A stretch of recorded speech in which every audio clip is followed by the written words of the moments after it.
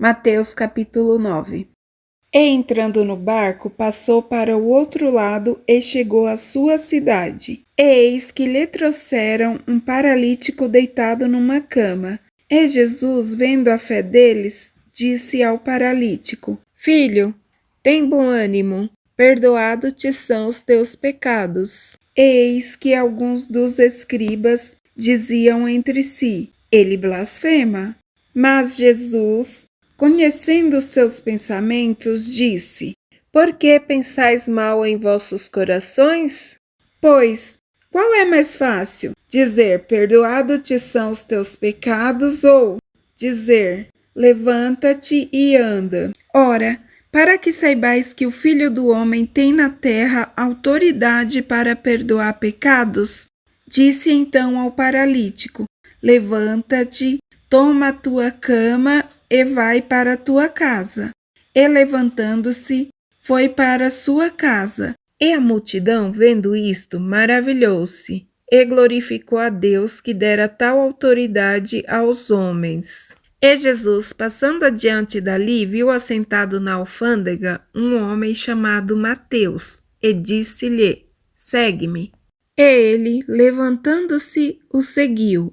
E aconteceu que, estando ele em casa sentado à mesa, chegaram muitos publicanos e pecadores, e sentaram-se juntamente com Jesus e seus discípulos. E os fariseus, vendo isto, disseram aos seus discípulos: Por que come o vosso mestre com os publicanos e pecadores? Jesus, porém, ouvindo, disse-lhes: Não necessitam de médico os sãos, mas sim os doentes. Ide, porém, e aprendei o que significa misericórdia quero e não sacrifício, porque eu não vim a chamar os justos, mas os pecadores ao arrependimento. Então chegaram ao pé dele os discípulos de João, dizendo: Por que jejuamos nós e os fariseus muitas vezes, e os teus discípulos não jejuam? E disse-lhes Jesus: Podem porventura andar tristes os filhos das bodas enquanto o esposo está com eles? Dias, porém, virão em que lhes será tirado o esposo, então jejuarão. E ninguém deita remendo de pano novo em roupa velha, porque semelhante remendo rompe a roupa e faz-se maior a rotura.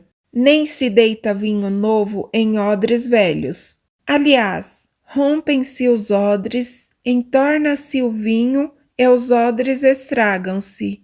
Mas deita-se vinho novo em odres novos, e assim ambos se conservam. Dizendo-lhes ele estas coisas, eis que chegou um principal e o adorou, dizendo: Minha filha faleceu agora mesmo, mas vem, impõe-lhe a tua mão e ela viverá.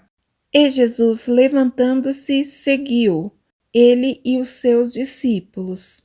E eis que uma mulher que havia já 12 anos padecia de um fluxo de sangue, chegando por detrás dele, tocou a orla de sua roupa, porque dizia consigo: Se eu tão somente tocar a sua roupa, ficarei sã. E Jesus, voltando-se e vendo-a, disse: Tem ânimo, filha, a tua fé te salvou.